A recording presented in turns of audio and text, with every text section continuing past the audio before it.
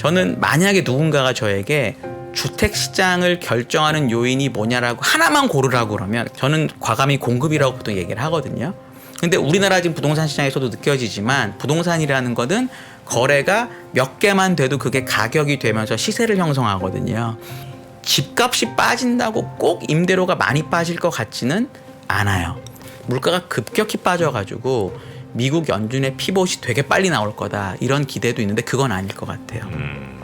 제가 계산으로는 지금 4.9%의 핵심 PCE가 앞으로 4% 뭐 언저리로 내년 정도면 갈 것 같아요. 많이 안 갈 것 같습니다. 그럼 어떤 일이 벌어지냐면 연준의 4.75%의 금리가 오래 가야 되는 거죠. 그 유지되는 과정에서 주가가 아마 바닥이 어딘지를 찾고 그리고 올라가는 그림이 나오지 않을까라고 저는 보죠.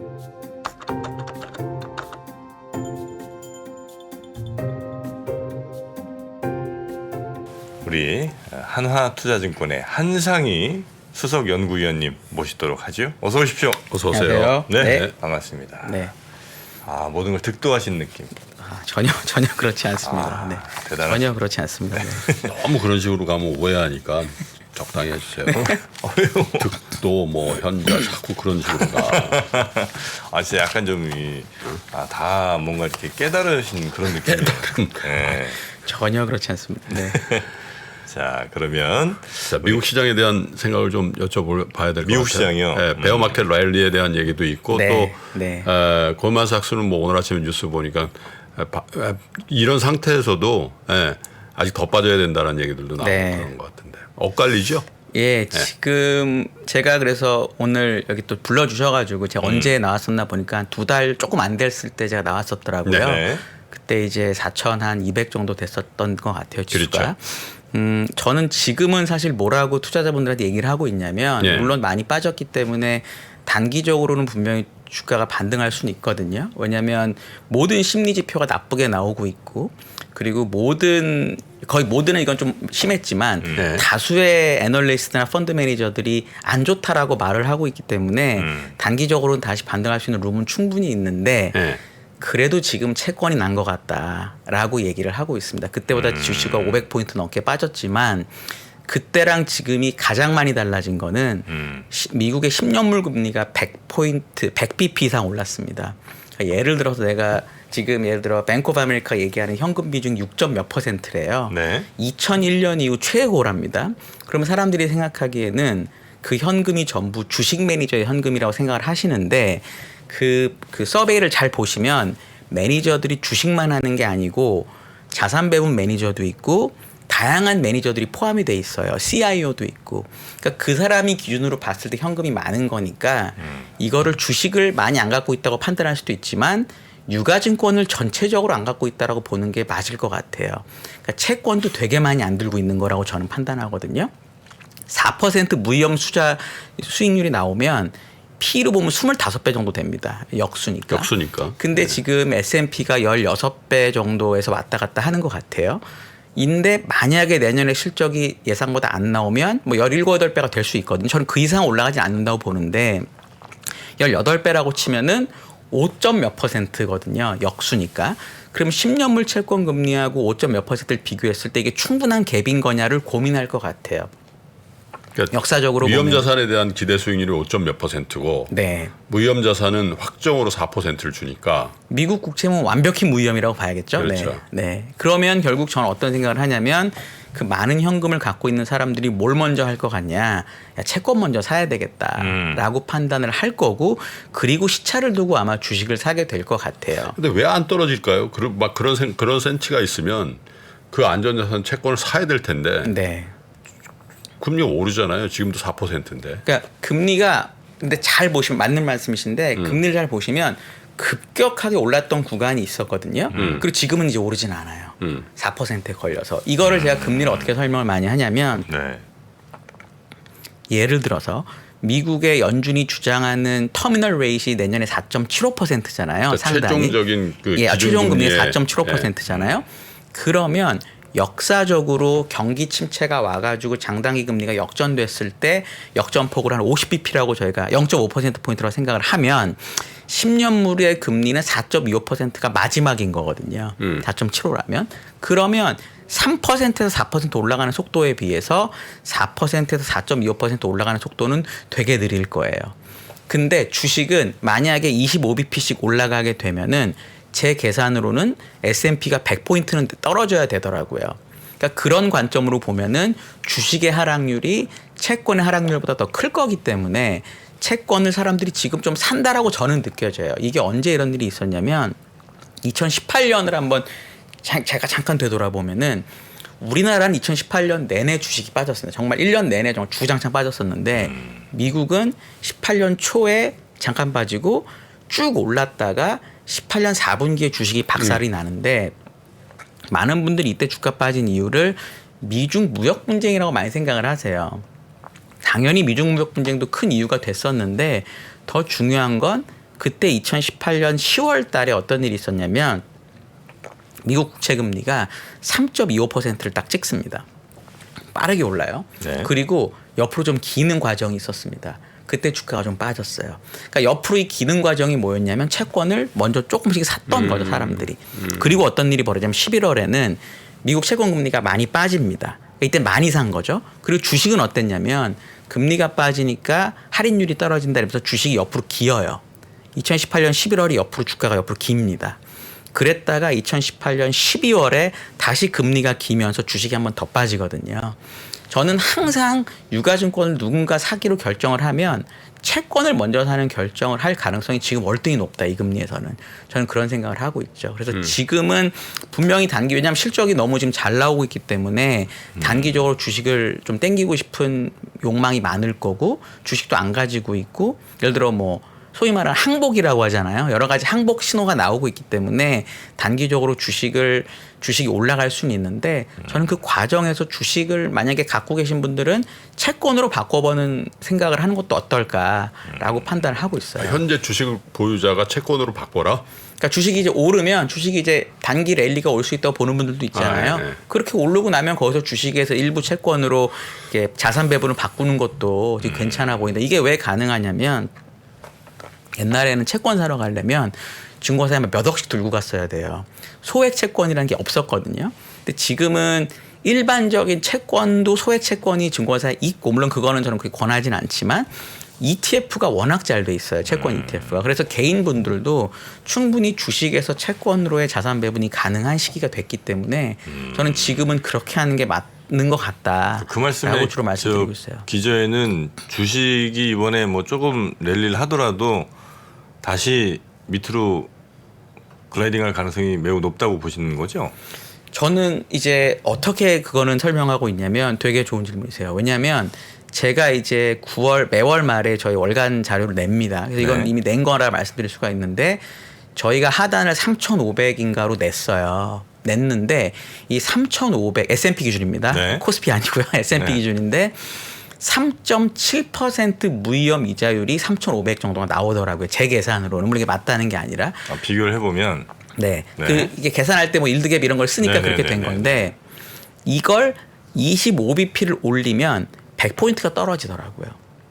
지금 금리가 4%니까 정상적인 상황에서의 하단은 3,400 정도가 나오는 거고 지금 금리에서 네. 만약에 금리가 25bp가 더 올라간다. 아까 말씀드린 그 이상도 안 가겠지만 그러니까 10년짜리 국채 네, 10년짜리 금리가 미국 국채 기준금리 금리가 말고. 네네네. 네. 그러면 3,300 정도가 나오는 거니까 그쯤까지는 한 번 정도는 주식이 빠지지 않을까라는 생각을 하실 필요가 있다. 그러니까 지금 주가가 좋다고 현금을 다 쓰면 다음에 빠졌을 때 바닥에서 주식을 이거 내가 진짜 팔아야 될지도 모르겠다 생각할 수 있을 것 같아서 전 이번에 오를 때는 다시 현금화를 좀 하는 게 좋겠다. 또는 채권으로 바꾸는 게 좋겠다라고 생각하고 있어요. 이번에 오르면 네. 지금 지수대가 아니고 지금은 왜냐면 저번에 제가 이제 4,200에서 보니까 조금 뭐 일부 현금화자 얘기해드린 것 같은데 네. 그때보다 500이 내렸으니까 월등히 매력이 생긴 건 맞아요. 근데 금리가 너무 많이 올라가지고 제가 만약에 그런 주인 아니면 CIO다. 근데 예를 들어 제가 일하는 직원들 중에 누군가 와가지고 뭐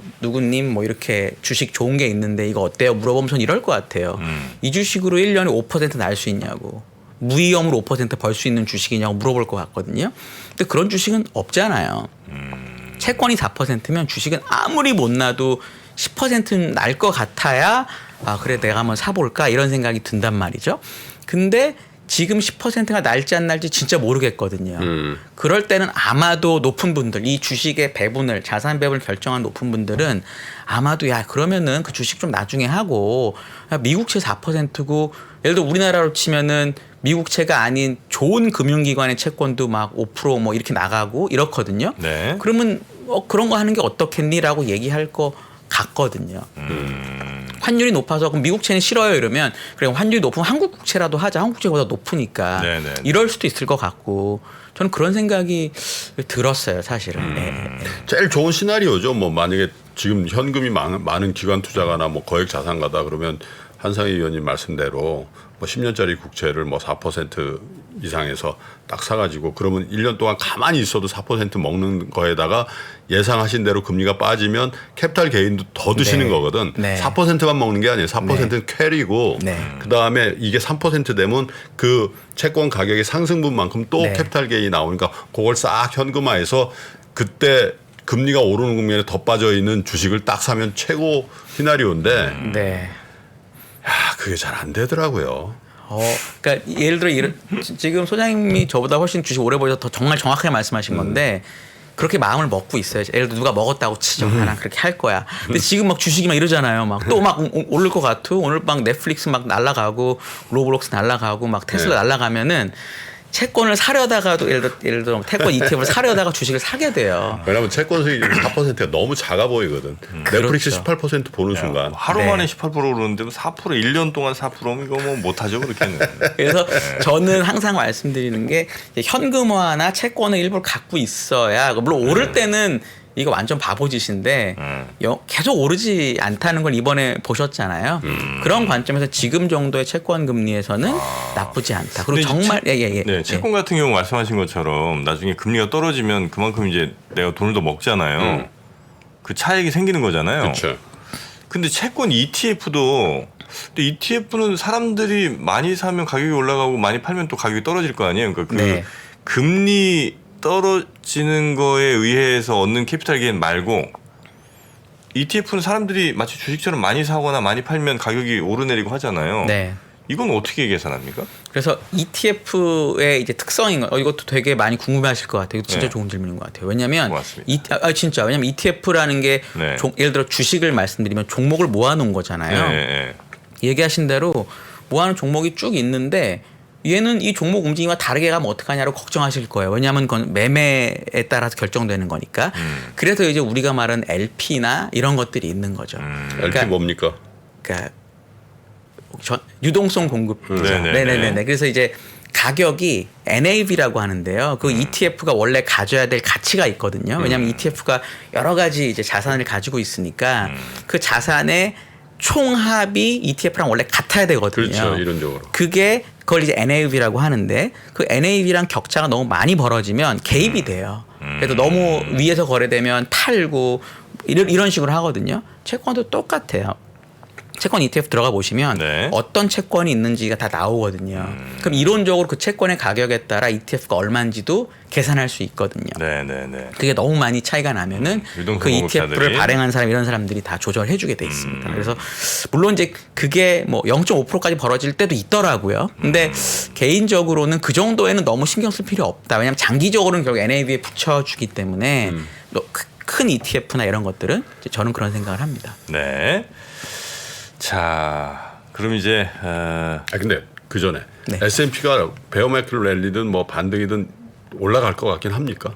그게 중요하지 뭐. 지금은 아주 단기로 보면은 네. 아주 단기로 보면 좀 올라갈 것 같긴 해요. 그냥 좀 딴 건 잘 모르겠고 오늘 이제 아침에 나온 그 서베이나 뭐 CNN 요거 말씀드리고 싶었어요. CNN에 탐욕과 공포 지수라는 게 있습니다. 그렇죠. Fear and Greed Index라고 네. 하는데 그게 하위 지수가 그게 뭐 공포다라는 건 그건 다 아시니까 빼고 하위 지표가 7개가 있습니다. 뭐 put and call, breathe 여러 개가 있는데 왜 이게 극단적 공포가 아닐까 좀 되게 고민이 많이 했어요. 지금 분위기면 제가 예를 들어 이제 방송이나 유튜브를 이렇게 보다 보면은 안 좋은 말씀을 해주시는 분들에 대한 호응이 훨씬 좋더라고요. 90% 훨씬이 아니고 이상 막 압도적이죠. 매우 압도적이더라고요. 네. 그 정도로 심리가 안 좋고 그다음에 다양한 부분에서 심리가 안 좋은데 왜 이 CNN Fear and Greed 인덱스는 겨우 그냥 공포일까? 원래 이 정도 좀 극단적 공포가 돼야 되거든요. 그래서 제가 지표를 찾아봤어요. 7개 중에 하나가 뭐가 있냐면 Safe Haven Demand라는 게 있습니다. 뭐냐면 주식 대비 채권 수익률이 얼마나 좋았냐. 그러니까 예를 들어 사람들이 공포에 빠지면 주식을 팔고 채권을 살 거기 때문에 채권의 상대 수익률이 좋으면 좋을수록 공포가 심하다. 이런 논리예요. 근데 이게 공포가 아니고 탐욕가 있어요. 왜? 채권 수익률이 별로 안 좋았거든요. 그러니까 주식 채권을 다 팔고 현금을 갖고 있었으니까.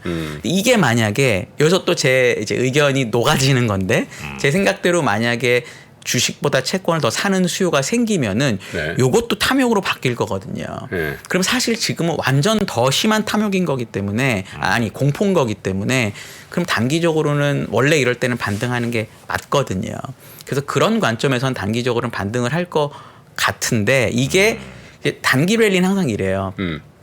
올해 4,800에서 시작해서 3,600 갔다가 4,500, 600 갔다가 네. 3,900 갔다 4,500 갔다가 3,600 6월 중순에 3,600 갔다가 4,300 갔다가 8월 중순에 이번에 3,500 장중에 3,500 한번 깼었죠.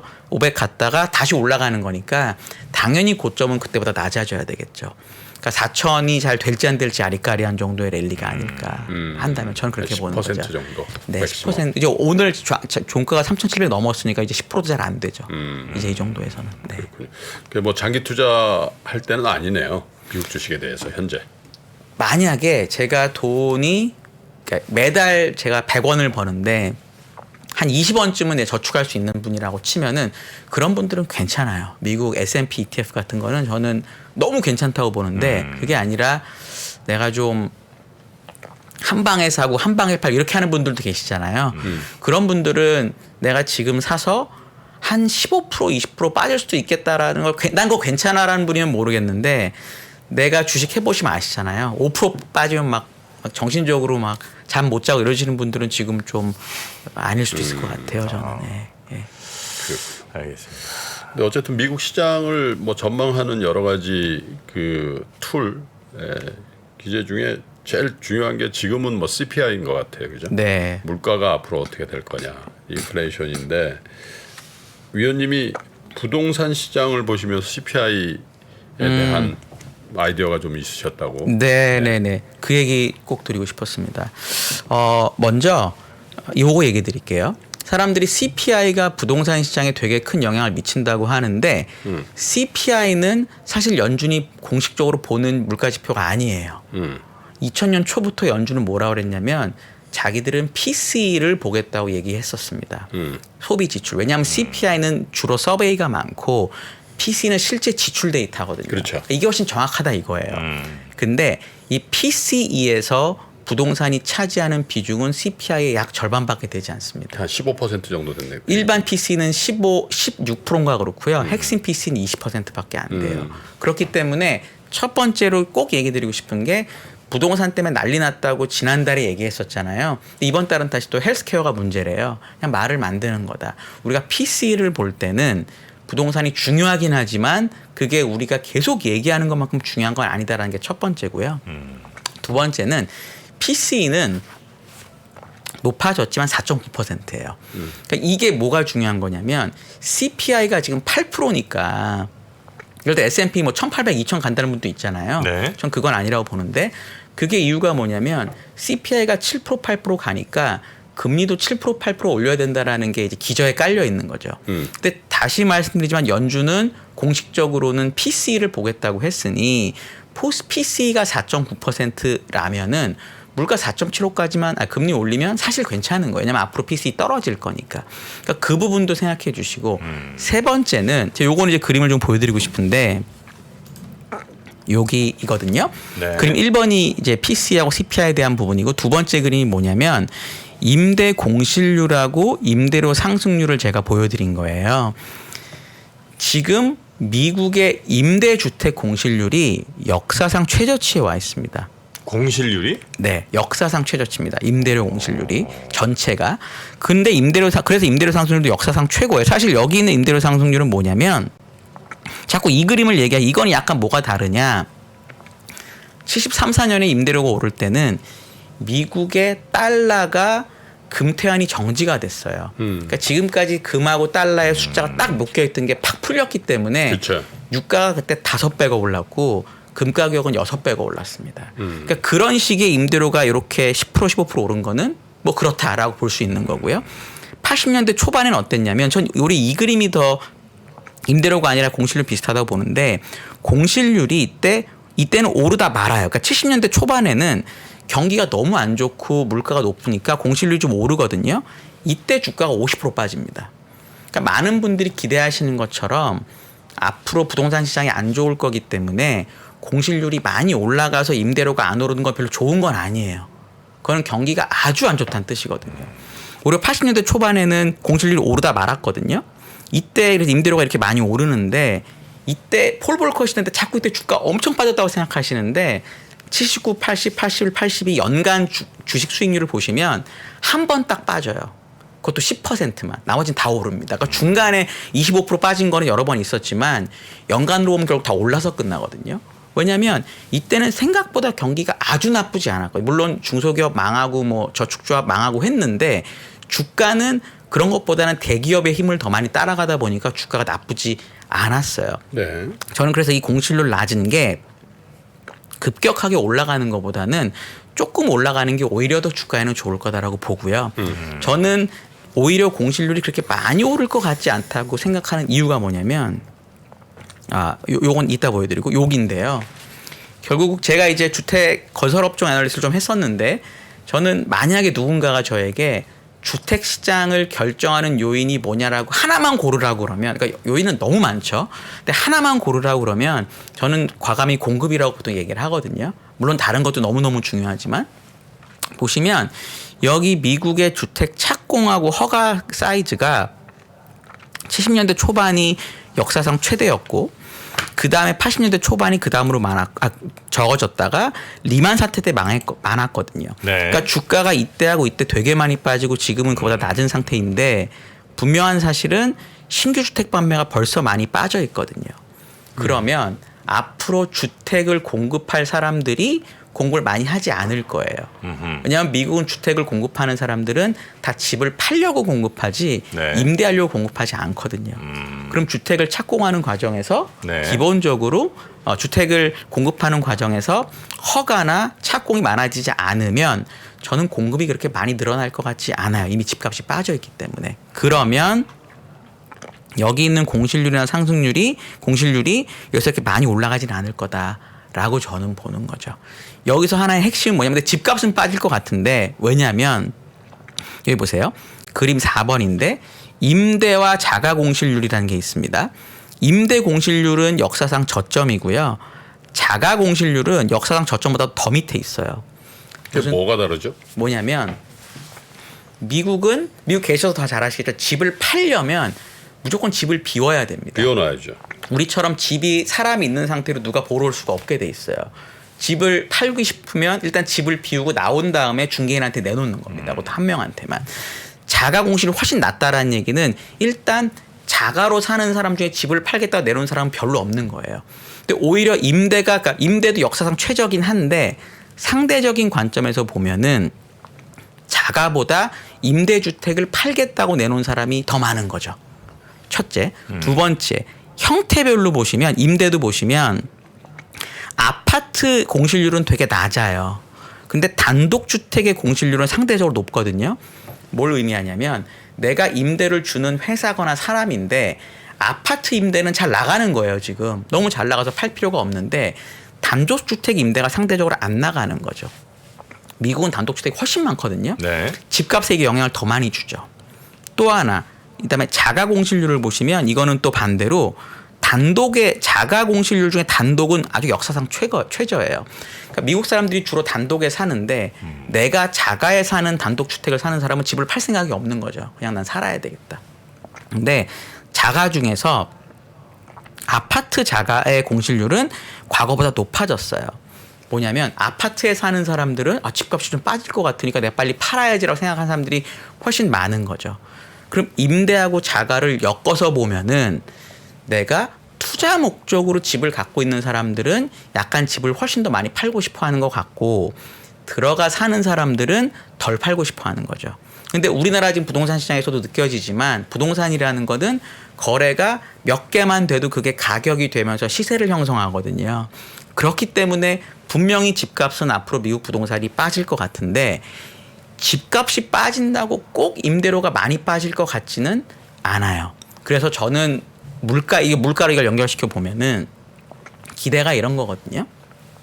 물가가 급격히 빠져가지고 미국 연준의 피봇이 되게 빨리 나올 거다 이런 기대도 있는데 그건 아닐 것 같아요. 제가 계산으로는 지금 4.9%의 핵심 PCE가 앞으로 4% 언저리로 내년 정도면 갈 것 같아요. 많이 안 갈 것 같습니다. 그럼 어떤 일이 벌어지냐면 연준의 4.75%의 금리가 오래 가야 되는 거죠. 4% 물가의 실질 금리가 플러스가 되게 하려면 4.75는 돼야 되거든요. 그래서 그 4.75가 유지되는 기간이 내년에 필요하다. 그 유지되는 과정에서 주가가 아마 바닥이 어딘지를 찾고 그리고 올라가는 그림이 나오지 않을까라고 저는 보죠. 그래서 이거는 좀 아닌 것 같아요. 그러니까 집값은 앞으로 빠질 거기 때문에 임대료가 많이 빠지고 물가가 잡힌다는 저는 아닌 것 같아요. 집값은 분명히 빠지는데 임대료는 생각보다 안 빠질 것 같고 임대료가 안 빠질 것 같기 때문에 미국 경기가 완전 작살나거나 하지도 않을 것 같다라고 저는 이제 그렇게 보죠. 그게 저 말씀 주신 게 일반적으로 이제 집값 먼저 빠지고 임대료 나중에 빠지게 약간 후행한다. 이제 이런 이제 기본적인 뭐 설명들은 있었잖아요 이전에. 근데 그것과 다른 메커니즘으로 지금 집값은 빠지더라도 임대료가 안 빠진다는 말씀이세요? 아니면 시차를 두고 이것도 역시 뭐 간다는 그런 말씀이십니까? 그러니까 시차를 두고 임대료가 좀 약세가 되긴 하겠지만 네. 시장에서 기대하는 것만큼 집값 빠지는 각도로 임대료가 빠지진 않을 것 같아요. 공실률이 지금 역사상 진짜 너무 낮고 특히나 딱 느껴지는 게 투자 목적으로 집을 갖고 있는 사람들은 팔고 싶은데 그냥 들어가 사는 사람 팔 생각이 전혀 없다. 그리고 주택 착공이랑 허가는 역사상 고점보다 아직도 밑에 있는데 이미 기존 주택 말고요. 신규 주택 판매가 벌써 많이 빠지고 있어서 미국은 집을 짓는 사람들이 막 되게 큰 개발업자들인데 네네. 기존 주택 판매가 중요하지 않고 신규 주택 판매가 중요한데 벌써 빠지거든요. 그럼 제 생각에는 절대로 집을 안 지을 거예요. 예를 들어서 DR 호튼이라는 미국의 정말 큰 주택 업체가 있는데 이미 상반기 실적 발표할 때 올해 주택 완공, 허가, 착공 이런 가이던스를 10% 이상 낮추기도 했거든요. 우리나라 건설사들도 마찬가지인 게 원가 오르니까 분양 점점 안 하고 이러고 네네네. 있거든요. 그렇기 때문에 임대주택의 공실률이 많이 안 오를 것 같고 그럼 예를 들어 1년 후에 임대료를 다시 책정해야 되는데 그때 이게 과연 많이 깎일 거냐는 전 약간 퀘스천인 것 같아요. 네. 네. 근데 이제 그거 약간 브렉다운해서 봐야 되는 거 아닌가요? 임대료의 실질 임대료가 있고 집을 가진 사람이 기대하는 임대료도 CPI에 같이 들어가 있잖아요. 그럼 그건 이제 주택 가격이 빠지면 어째 IRR을 따질 거기 때문에 네. 수익률을 따질 거기 때문에 네. 집값이 만약에 100만 불에서 80만 불이 됐다 그러면 그건 자동적으로 빠지는 부분이 있으니까 네. 임대료 등 그러니까 그 가상에서 내가 받을 수 있는 임대료 부분이 있잖아요. 네네. 사실 그 CPI에 주는 영향이 그게 더 크니까 네. CPI에 주는 주택 가격 혹은 임대료의 어떤 하락 요인은 여전히 있다고 봐야 되는 거 아닌가요? 소장님 말씀이 CPI에는 한 너무너무 정확하게 맞기 때문에 CPI는 그중에 그 31% 중에 20%가 이퀴벌런트 렌트이기 네, 때문에 네. 맞는 얘기고요. 저는 지금 이제 PC에 있는 PC. 거를 말씀드린 네. 건데 PC는 그게 하나도 없습니다. 왜냐면은 그 실제 PC는 리얼. 로 나간 것만 치는 거기 때문에 그 뭐랄까 내재 임대료가 없거든요. 그래서 그 CPI가 떨어지는 속도는 빠를 수 있지만 연준이 보는 PC가 내려가는 속도는 훨씬 느릴 거다라는 거죠. 그래서 네. 이번이 되게 의외로 그런 그림이 나올 가능성이 높다. 근데 만약에 진짜로 저는 이렇게 생각해요. 만약에 집값이 빠지고 임대료도 작살이 나서 물가가 떨어진다고 주가가 과연 될 거냐? 저는 별로 안 그럴 것 같아요. 오히려 집값이 빠지고 임대료가 빠진다는 얘기는 부동산 시장이 진짜 많이 안 좋다는 얘기고 그럼 경제가 진짜 안 좋다라는 걸로 받아들일 거기 때문에 의외로 그럼 주가 안 될 수도 있을 것 같아요. 예. 알겠습니다. 그리고 미국이 중간 선거 하면 그 이후로 뭐 20번인가 있었는데 100% 다 주가 오른다면서요. 중간 선거, 예, 중간 그것도 제가 데이터가 하나 있는데 네. 100%까지 100%였나? 잠깐만요, 제가 네. 여기 있습니다. 제가 데이터를 갖고 왔는데 그래서 이번에도 여기 기대하신 있다, 분들이 여기 많이 있다. 계신데. 잠깐만요. 요게 이제 그 1930년부터 중간 선거 데이터예요. 네. 보시면 제가 1년 후 주가는 안 갖고 왔는데 이제 요거만 갖고 했는데 상반기나 7월, 10월까지 주가가 많이 빠졌을 때를 기준으로 해보면은 아. 다 올라요. 그러니까 예를 들어 지금 올해가 어떤 해랑 되게 비슷하냐면 74년하고 가장 비슷하거든요. 74년이나 아니면 2002년하고 비슷해요. 그러니까 74년 같은 경우에는 상반기에도 빠져, 7월, 10월도 빠져, 심지어 중간선거 끝나고도 빠집니다. 근데 그래도 1년 후에 오르고요. 2002년에는 상반기에도 빠지고 7월, 10월에도 빠지고 그리고 11, 12월에는 오른 해에도 또 오르거든요. 그러니까 역사적으로 보면은 중간 선거 해에 주식이 아주 많이 빠졌던 해는 정말 100% 주가가 오르긴 했었습니다. 근데 이제 다음 해. 네, 그러니까 다음에 1년 동안. 그래서 이거는 저는 약간 이런 거를 이렇게 믿는 편은 아니에요. 아닌데 이제 그 유명한 투자자 중에 켄 피셔라는 분이 계시거든요.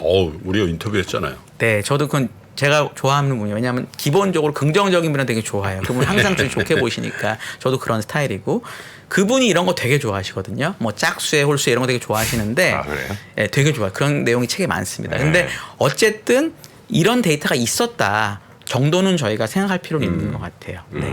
근데 뭐 제가 데이터를 다 보진 않았지만 중간 선거라는 변수를 꼭 넣지 않아도 그 전해 많이 빠진 해 다음 해는 거의 오르지 않나요? 그러니까 요것도 제가 2년 연속 빠진 적이 거의 없는데. 진짜 별로 없습니다. 네. 특히나 대공황을 빼고 그러니까. 2차 세계대전 이후에는 몇 번 있냐면 네.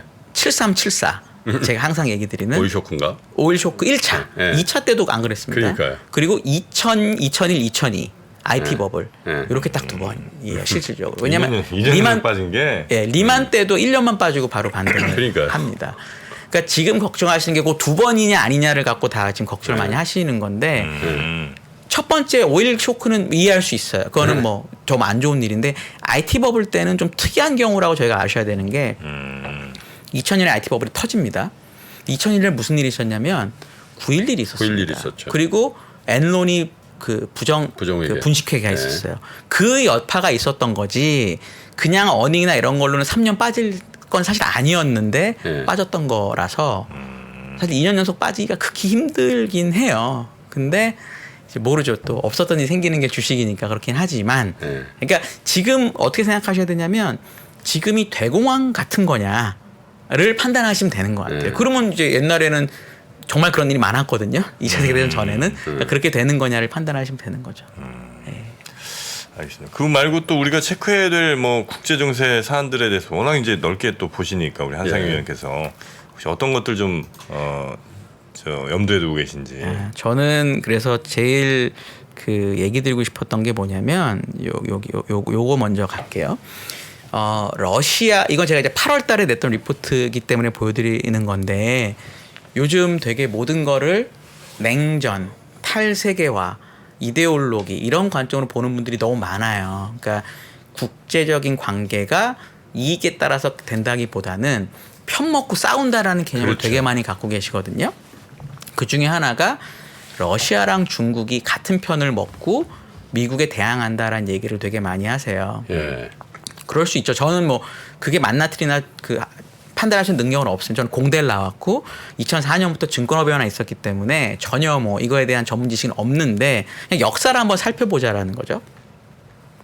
중국이랑 러시아는 원래부터 사이가 정말 안 좋은 국가라는 걸 일단 아셔야 돼요. 네. 예, 왜냐하면 처음에 시베리아 지역을 러시아가 막 그러니까 쳐들어와요. 그러니까 시베리아면 청나라 바로 위잖아요. 그렇죠. 그러니까 청나라는 얘 뭐야 이러면서 둘이 막 싸워요. 100년 동안 열심히 싸웁니다. 그러다가 1689년에 네르친스크 조약이라는 걸 가지고 국경을 만들어 놓습니다. 그리고 다시 카흐타 조약을 해서 완벽히 국경을 정해요. 여기까지는 좋습니다. 여기까지는 서로 간에 있을 수 있는 일이에요. 왜냐하면 전쟁이라는 거 원래 하는 거니까. 문제는 중국이 1800년대 중반에 아편 전쟁을 통해서 완전히 나라가 뭐랄까 거덜이 나죠. 그래서 영국은 홍콩을 뺏어가고 포르투갈은 마카오를 뺏어가고 그 독일은 칭다오 충도. 쪽은 독일이 뺏어가고 뭐 프랑스 상해는 조차지가 되고 뭐 난리도 났었거든요. 이때 러시아가 어떻게 하냐면 만약에 역사적으로 좋은 사이가 되려면 이럴 때 이렇게 했었어야 돼요. 야, 중국 너네 힘들지. 우리는 그래도 이렇게 안 할게, 안 뺏어갈게 하면서 좀 달래줬으면 모르겠는데 어떤 일을 벌이냐면 연해주 지역 아시죠? 블라디보스톡, 뭐 하바롭스크 있는 그 지역을 그때 야 우리가 도와주는 척해요. 2차 아편 전쟁 끝날 때 딱 끼어들어가지고 우리가 이 전쟁을 우리가 끝내줄게. 그러니까 약간 중재한다라는 핑계를 댑니다. 그리고 뭘 하냐 이 땅을 다 뺏어가요. 홀라당 뺏어갑니다. 하얼빈이라는 요즘 책 나와 있죠. 저는 그 책 너무 재밌게 봤는데. 김훈. 네. 네. 거기 보면은 안중근 의사가 그 이토 히로부미를 저격하는 하얼빈이라는 곳이 그때는 러시아 땅이었어요. 다 러시아 땅이었습니다. 근데 그거 이제 중국에 넘어왔지만 지금 잘 보시면 홍콩, 마카오, 뭐 산 이런 데 중에 다 중국 땅이에요. 지금 중국이 다 반환 받았거든요. 연해주 지역은 아직도 러시아가 들고 안 줘요. 부동항이라는 이유로 절대 안 주거든요. 근데 중국이란 나라는 역사를 진짜로 되게 많이 봐요. 우리나라 광종 시대에 과거가 들어왔는데 이 과거 제도가 중국 수나라 때 들어온 거거든요. 과거 과목이 뭐냐면 전부 과거에 누가 뭘 했는데 그거에 대해 써라 이런 내용이 훨씬 더 많아요. 그래서 과거인가 보죠. 그건 모르겠습니다. 하여튼 그런 내용이 되게 많더라고요, 과목이. 그러니까 그 정도로 역사를 중시하는데 중국에 있는 지도자들이 그런 과거의 역사, 러시아가 네. 우리가 진짜 너무 힘들 때 와서 뒤통수를 세게 치고 땅을 뺏어갔다. 그리고 아직도 안 돌려준다라는 역사를 모를 리가 없어요. 62년에 중국도 인도랑도 사이가 정말 안 좋습니다. 그건 뭐 너무 잘 알려져 있는데 네. 중국하고 인도가 싸워요. 그러면 그 당시 중국은 공산주의였으니까 소련이 중국 편을 들어야지 되게 맞을 것 같잖아요. 그냥 심플하게. 근데 그때 소련이 누구 편을 드냐면 인도 편을 듭니다. 그래서 미국은 또 어떻게 하냐면 소련을 견제하려고 중국 편을 좀 들어줘요. 그리고 중국이랑 미국이 70년대 초반에 수교한 거거든요. 그 역사를 보면은 러시아랑 중국이 같은 편이 되는 게 얼마나 힘든지 알 수 있습니다. 이런 몇백 년에 걸친 구원을 다 없애버리고 우리 다 잊고 같은 편 하자. 불가능하다라는 거죠. 오히려 지금 중국 입장에서는 중국 주변에 위에 러시아 있고 인도 있고 한국, 일본 강대국이 너무 많은데 이번 기회에 러시아 힘이 약해지는 거를 그냥 뭐 나쁘지 않네라고 생각할지도 저는 모르겠다라고 생각을 하고 있어요. 그래서 이 부분은 진짜로 그래요. 아닌 것 같다 생각을 하고 있습니다. 네. 알겠습니다. 자, 뭐 여러 이야기들이 더 있겠습니다만 어떻게 이렇게 해박하시고 네. 또 이렇게 말씀을 잘하시는지. 전체적인 그림을 이렇게 쫙 내려다보시는 그런 느낌이라니까요. 정말. 네. 아까 뭐라 그랬죠? 현인. 현인, 현자, 달인, 통달하신 깨달음. 네, 깨달음. 네. 오늘도 우리 현자 타임 가져봤고요. 우리 한상희 수석 연구위원님 또 한번 모셔서 가르침 받겠습니다. 고맙습니다. 감사합니다. 감사합니다. 네. 통찰은 관찰에서 나오고 관찰은 관심에서 시작됩니다. 당신의 관심이 통찰로 이어지는 곳. 세상의 모든 지식 언더스탠딩.